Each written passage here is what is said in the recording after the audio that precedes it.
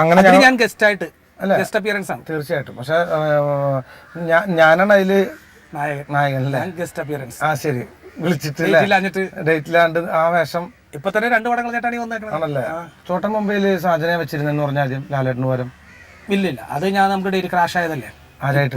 വേറെ ആരുമായിട്ട് ക്രാഷ് ആയി സംസാരത്തിൽ, അങ്ങനെ വിട്ടുകളഞ്ഞ ആണല്ലേ? മാത്രമല്ല ഇപ്പൊ 2 പടം കളഞ്ഞിട്ട് വന്നേക്കണം.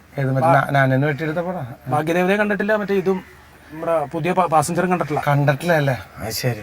അതിനിടയിലാണ് ഇങ്ങനെ വിളിച്ചു പറഞ്ഞത് മണിബായി ഇവിടെ ഉണ്ട്, അപ്പൊ അതിന് പറ്റിയ വ്യക്തിത്വമുള്ള ഒരാള് വേണം, തന്റെ ഒരു ഇതുള്ള ധൈര്യത്തിന്. അപ്പൊ അങ്ങനെ പറഞ്ഞപ്പോ ഞാൻ പറഞ്ഞു വരാം. ഇപ്പൊ പക്ഷെ ഞാൻ ആദ്യം കണ്ടതിനേക്കാൾ കളർ വെച്ചിട്ടുണ്ട് കേട്ടോ. താടിക്ക് പണിക്കൊന്നും പോകണില്ല. ഇപ്പൊ പ്രഷറില്ല, ഷുഗറില്ല, വർക്കില്ല. അല്ല, താടിക്ക് ഡൈ ചെയ്തിട്ടാണോ? കളർ വെച്ചിട്ടുണ്ട്. 3-4 വെള്ള രോമങ്ങൾ. കളറിന്റെ കാര്യം എനിക്കാണ് ആരോടൊന്നും പറയണ്ട. കറുപ്പിന് 7 ഇടകല്ലേ, ബാക്കി 91 വെളുപ്പിനായിരുന്നു. പിന്നെ എല്ലാവരും വെളുപ്പിന് കൊടുത്തു, വെളുപ്പം കാലത്ത് കൊടുത്ത എന്തെങ്കിലും ആയിക്കോട്ടെ. ഞാനൊരു കാര്യം പറയട്ടെ, എന്തെങ്കിലും ഒരു ഫാസ്റ്റ് ആയിട്ടുള്ളൊരു വാക്ക്, കുറച്ച് സാധനം എന്ന് പറയുമ്പോൾ മരുന്ന് കച്ചവടക്കാരൻ. അത് മതി, എനിക്ക് ഏറ്റവും ഇഷ്ടമുള്ളതാണ്. നമ്മളിപ്പോ മിമിക്രിക്കാരനായിരുന്നാലും ചിലപ്പോൾ നമുക്ക് കിട്ടുന്ന ഒരു വേഷം അതായിരിക്കും. ചാലക്കുടിയിലേക്ക് വന്നു നിൽക്കുന്നിടത്ത് ഗ്രൗണ്ടിലേക്ക് ഇറങ്ങിട്ട് കുറെ പച്ചമരുന്നുകൾ അങ്ങോട്ട് വെച്ചിട്ട് അത്തി ചെത്തി ചെമ്പരത്താഴ്ത്ത മരുന്ന് ചെറുതേമ്പ തേങ്ങ വേങ്ങ കായമ്പ് കറങ്ങിയട്ടപ്പ് കരിക്കും വെള്ളം ചകിരി ചട്ട ചമ്മന്തി മുതലാവ് ചേർത്തരച്ചതല്ല ഓടിപ്പോകുന്ന പശുവിന് മുമ്പ് തൊഴുത്തി കിടക്കുന്ന പട്ടിയുടെ ബൗ ബൗ, അതുപോലെ വെളുത്ത കൂടിയുടെ കറുത്ത കൊക്കരക്കോ എല്ലാം കൂടി ചേർത്തരച്ചത് ആമവാദം, പിള്ളവാദം, തീവ്രവാദം എല്ലാ വാദങ്ങൾക്കും അത്തുത്തമാണ്. ഇത് തിളപ്പിച്ചാറ്റിയ വെള്ളത്തിൽ പോയി ചൂടാറി വെച്ചതിന് ശേഷം പിന്നെ 3 നേരം കഴിച്ചു കഴിഞ്ഞാൽ, കിടക്കുന്നതിന് മുമ്പ് ഉറങ്ങുന്നതിന് ശേഷം എടുത്ത് കഴിച്ചു കഴിഞ്ഞാൽ വളരെ നന്നായിരിക്കും. ഇതിൽ പാവക്ക, വെണ്ടക്ക, മുരിങ്ങക്ക, മൂത്ത ഇക്കാക്ക അങ്ങനെ എല്ലാത്തിനും വെട്ടി വെച്ചിട്ട് തിളപ്പിച്ചാറ്റി കഴിച്ചാൽ മതി.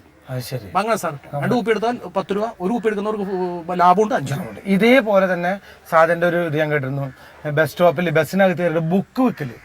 എന്തുകൊണ്ട് ഓർക്കണ്ടത്? ഷക്കിലേക്ക് വസ്ത്രങ്ങൾ അലർജി ആയത് എന്തുകൊണ്ട് അല്ലേ? പിച്ചക്കാരൻ അമ്മയെന്ന് വിളിക്കുന്നത് എന്തുകൊണ്ട്?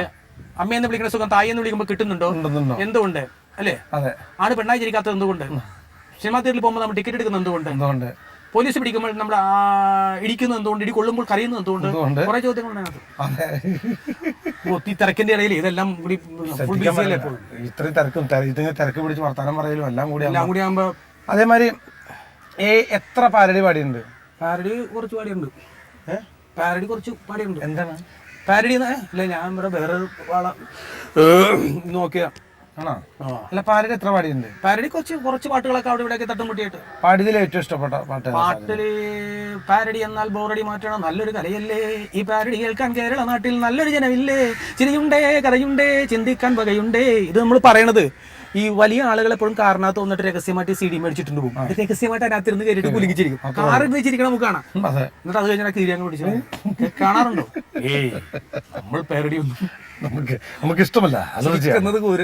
ശരിയല്ലേ? തീർച്ചയായിട്ടും നമ്മുടെ എത്രയോ കാസറ്റുകൾ അങ്ങനെ. ചിരിയെ പറ്റി തന്നെ എന്നെ ഇത് ലാസ്റ്റ് പറഞ്ഞൊരു കാസറ്റ് ഉണ്ട്, മറ്റേ ആ ചിരി, ഈ ചിരി, ആ ചിരി, മറ്റേ ചിരി, മണിച്ചിരി, കൊലച്ചിരി, പുഞ്ചിരി, പൊട്ടിച്ചിരി, അങ്ങനെ കുറെ ചിരികളുണ്ട്. പക്ഷെ നമ്മളിപ്പോ കേൾക്കാൻ പോകുന്നതാണ് കലാഭവൻ മണിയുടെ, അതാണ് മണിച്ചിരി.